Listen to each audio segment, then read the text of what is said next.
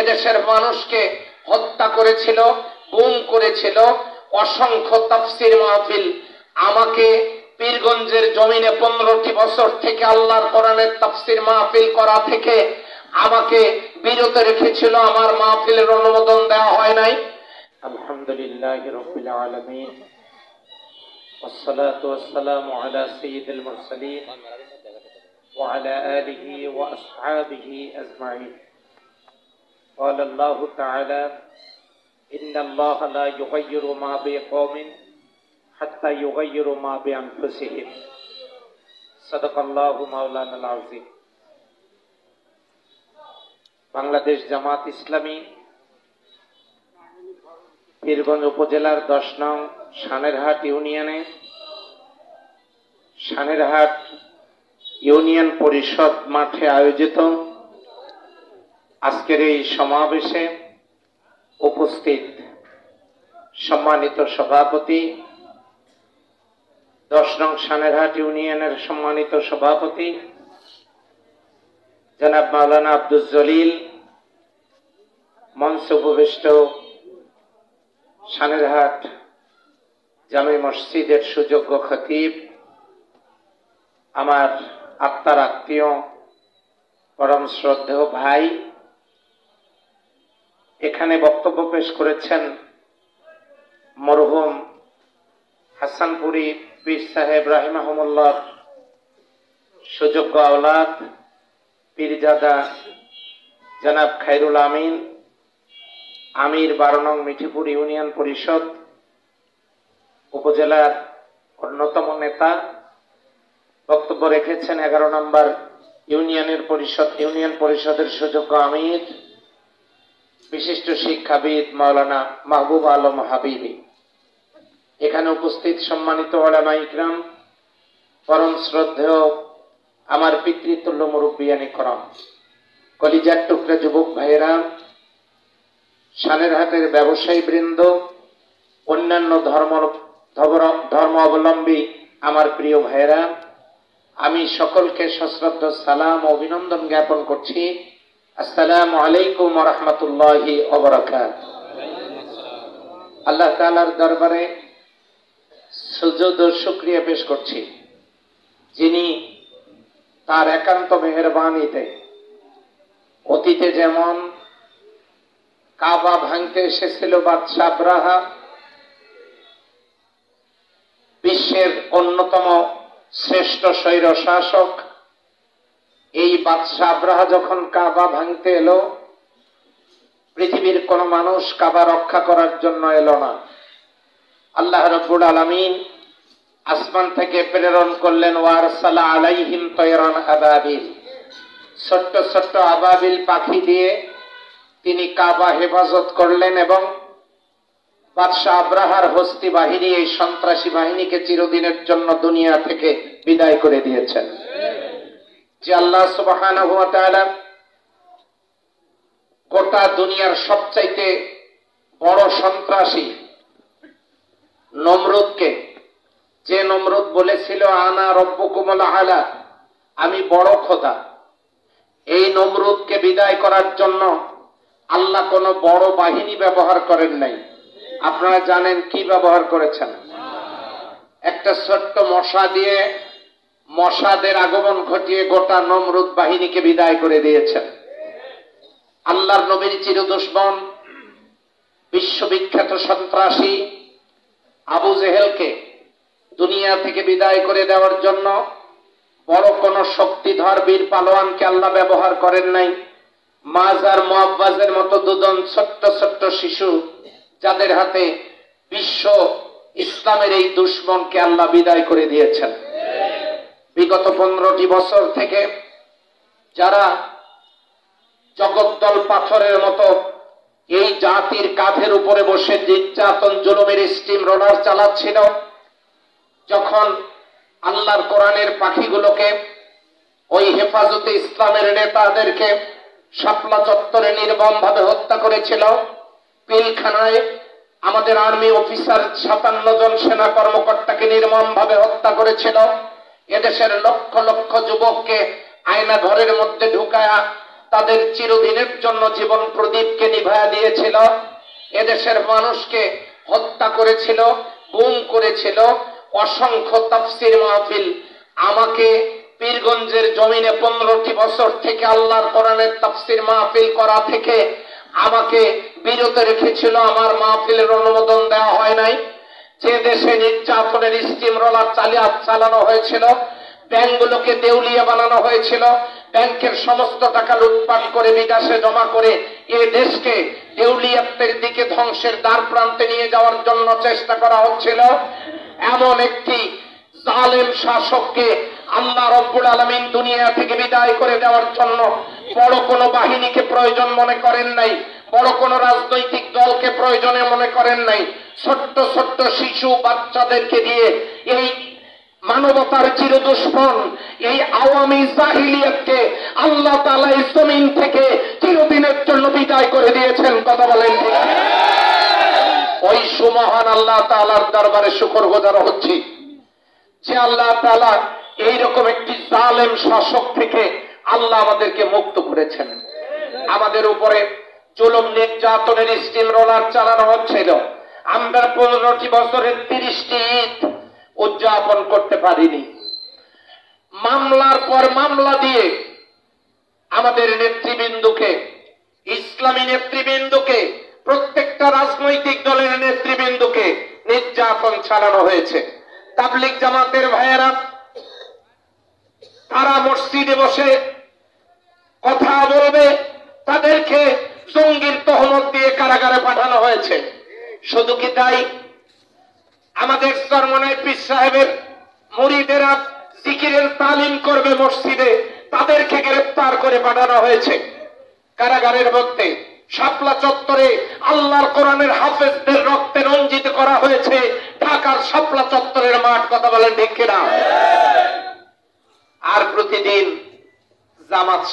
জামাত শিবির নামে যে তহমত দেওয়া হচ্ছিল, আজকে লক্ষ্য করুন, এক ছেলে প্রত্যেক দিন গাছে উঠে জঙ্গলের মধ্যে চিৎকার করে বলে বাঘ বাঘ। আশপাশ থেকে লোকেরা এসে ছুটে আসে, সত্যি কি বাঘ? তারপরে লোকেরা যখন বাঘ মারার অস্ত্র শস্ত্র নিয়ে হাজির, তখন ওই ছেলেটা খিলখিল করে হাসতেছিল। বললো যে কোথায় বাঘ, তুমি যে চিল্লালা? বলছে না, আমি এমনি চিল্লালাম। আবার চিল্লাচ্ছে বাঘ বাঘ।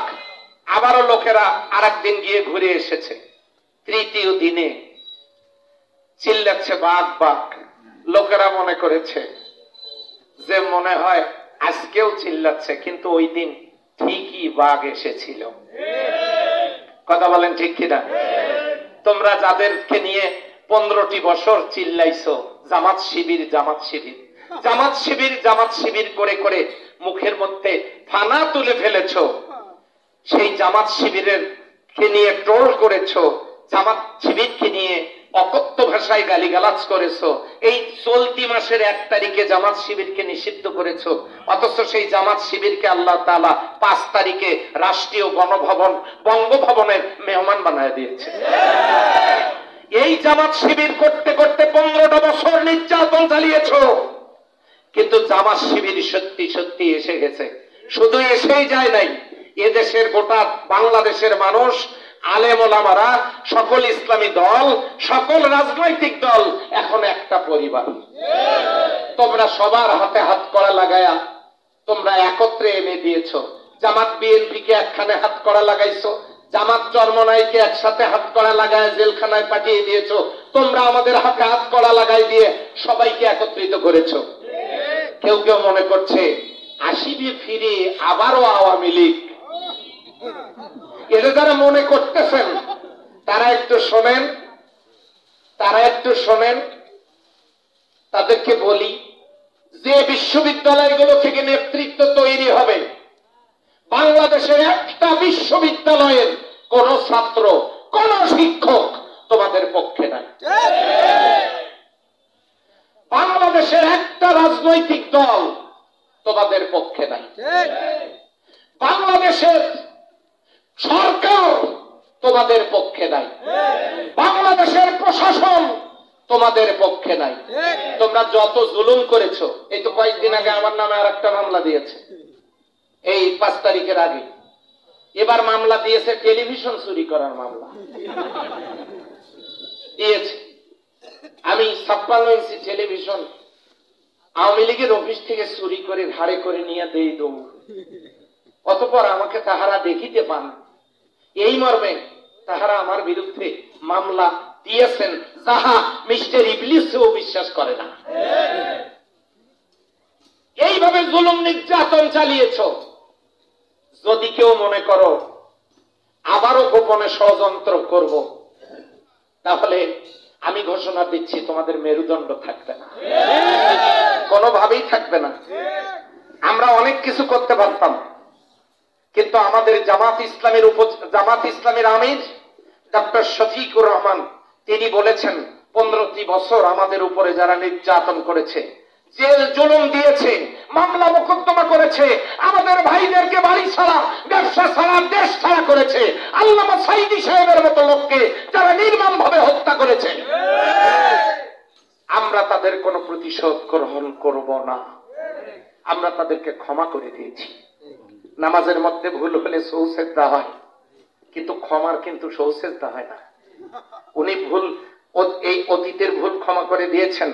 আবারও যদি সন্ত্রাসের কায়দায় কোনোভাবে জামাতের বিরুদ্ধে, এদেশের ইসলাম প্রিয় জনতার বিরুদ্ধে ষড়যন্ত্রের নীল নকশা কোথাও তৈরি করার চেষ্টা করা হয়, সেই স্বপ্ন কখনো পূরণ হবে না, কখনো পূরণ হবে না। কারণ আমরা 15টা বছর পরীক্ষা দিয়ে দিয়ে পাশ করে গোল্ডেন এ প্লাস পেয়ে বর্তমানে ময়দানে দাঁড়িয়েছি। তোমাদের মতো অটো পাস করে, অটো পাস মানে কি? আচ্ছা ভাই বলেন তো, বিয়ের আগে কোন মেয়ের যদি সন্তান হয়, ওই সন্তান কি সন্তান? আস্তে কন, কেউ শুনলে আবার মাইন্ড করবে। বিয়ের আগে যদি কোন সন্তান হয়, ওই সন্তান কি সন্তান? আর ভোট ছাড়া যদি কোন চেয়ারম্যান এমপি হয়, ওগুলো কি চেয়ারম্যান? ওই জারস্তের স্থান এই বাংলার জমিনে আর হবে না। অচিরেই যৌথ বাহিনী যারা ক্ষমতার দাপট দেখিয়ে সম্পদের পাহাড় গড়েছ, শুনে রাখো, অচিরেই তোমাদের বাড়িতে তল্লাশি হবে, তোমাদের দলিলা দিল্লাও নিয়ে আসা হবে। তুমি এই সরকার ক্ষমতার আসার আগে কয় শতক জমির মালিক ছিলা, এখন কয় শতক জমির মালিক? 15 বছর আগে তোমার বাড়ি কি ছিল, এখন বাড়ির অবস্থাটা কি? তুমি যে ব্যবসা 15 বছর আগে করতে পারোনি, যত টাকার মালিক তুমি ছিল না, 15 বছরের মধ্যে কোন কায়দায় হলে প্রত্যেকটা বাড়িতে তল্লাশি চালানো হবে, কোনো ছাড় দেওয়া হবে না। অলরেডি অ্যাকশন শুরু হয়ে গেছে। সীমান্তবর্তী এলাকাগুলোতে আমরা দেশপ্রেমী বিজিবিদেরকে রেখে দিয়েছি, তোমরা পালাতেও পারবা না। যেটাই পালাবার জন্য চেষ্টা করছে সেটাই মাশাআল্লাহ কুমিরের মুখে ধরা পড়তেছে। আর আদালতে তোলার সময় তো দেখতেছেন ডিম থেরাপি আর কি থেরাপি চলছে। অতএব সাবধান, অতএব সাবধান।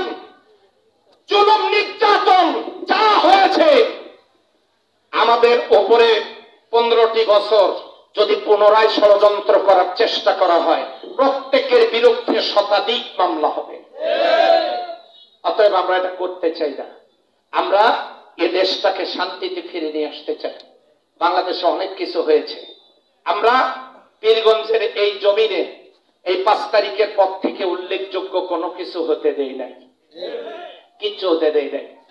রাত্রিবেলা জামাত শিবিরের লোকেরা পূজা মণ্ডপ পাহারা দিয়েছে, হিন্দু অধ্যুষিত এলাকাগুলোতে পাহারা দিয়েছে, হিন্দুদের পূজা যারা কর্মকর্তা, যারা তাদের কমিটির সদস্য, তাদেরকে নিয়ে আমাদের বারংবার বৈঠক হয়েছে।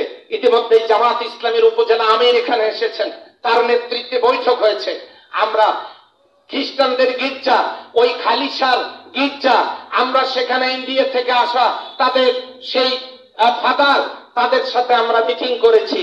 তার মানে আমরা অমুসলিমদেরকে, আমাদের অন্যান্য রাজনৈতিক দল যারা করত, এমনকি আওয়ামী লীগও যারা করত, তাদের দোকানপাট, ব্যবসা প্রতিষ্ঠান, বাড়ি ঘর কোথাও আমরা কোনো অরাজকতা চালাই নাই, জামাত ইসলামী কোনো অরাজকতার পক্ষে না।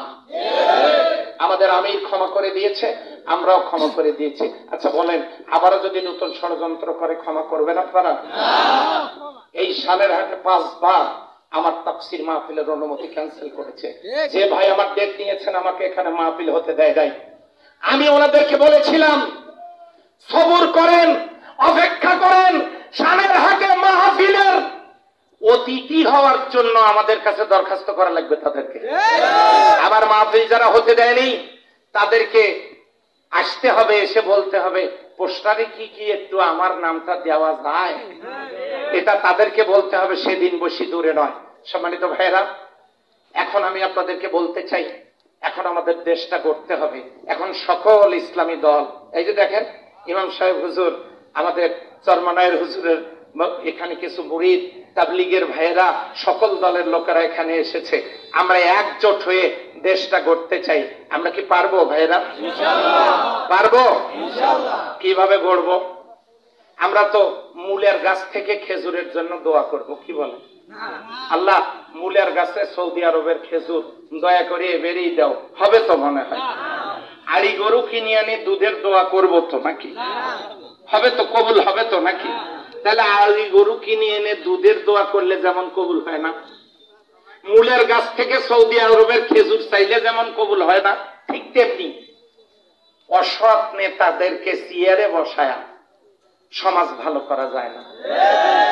আর আমরা মাশাআল্লাহ এমন একটা উপজেলার মানুষ, যেই না কোনো নেতার দরকার হয় আমরা নোয়াখালী, ব্রাহ্মণবাড়িয়া, কুমিল্লা, ঢাকা বিভিন্নখানে বের হই, আল্লাহর হস্তে একটা নেতা ভিক্ষে দেয়, ভিক্ষে করে নিয়ে আসি একটা নেতা, তাকে বিনা ভোটে আবার আমরা পাস করায় দেই, দিয়ে আমরা আবার তার কাছে সাহায্য চাই। এই কাজ কি আর করার দরকার আছে?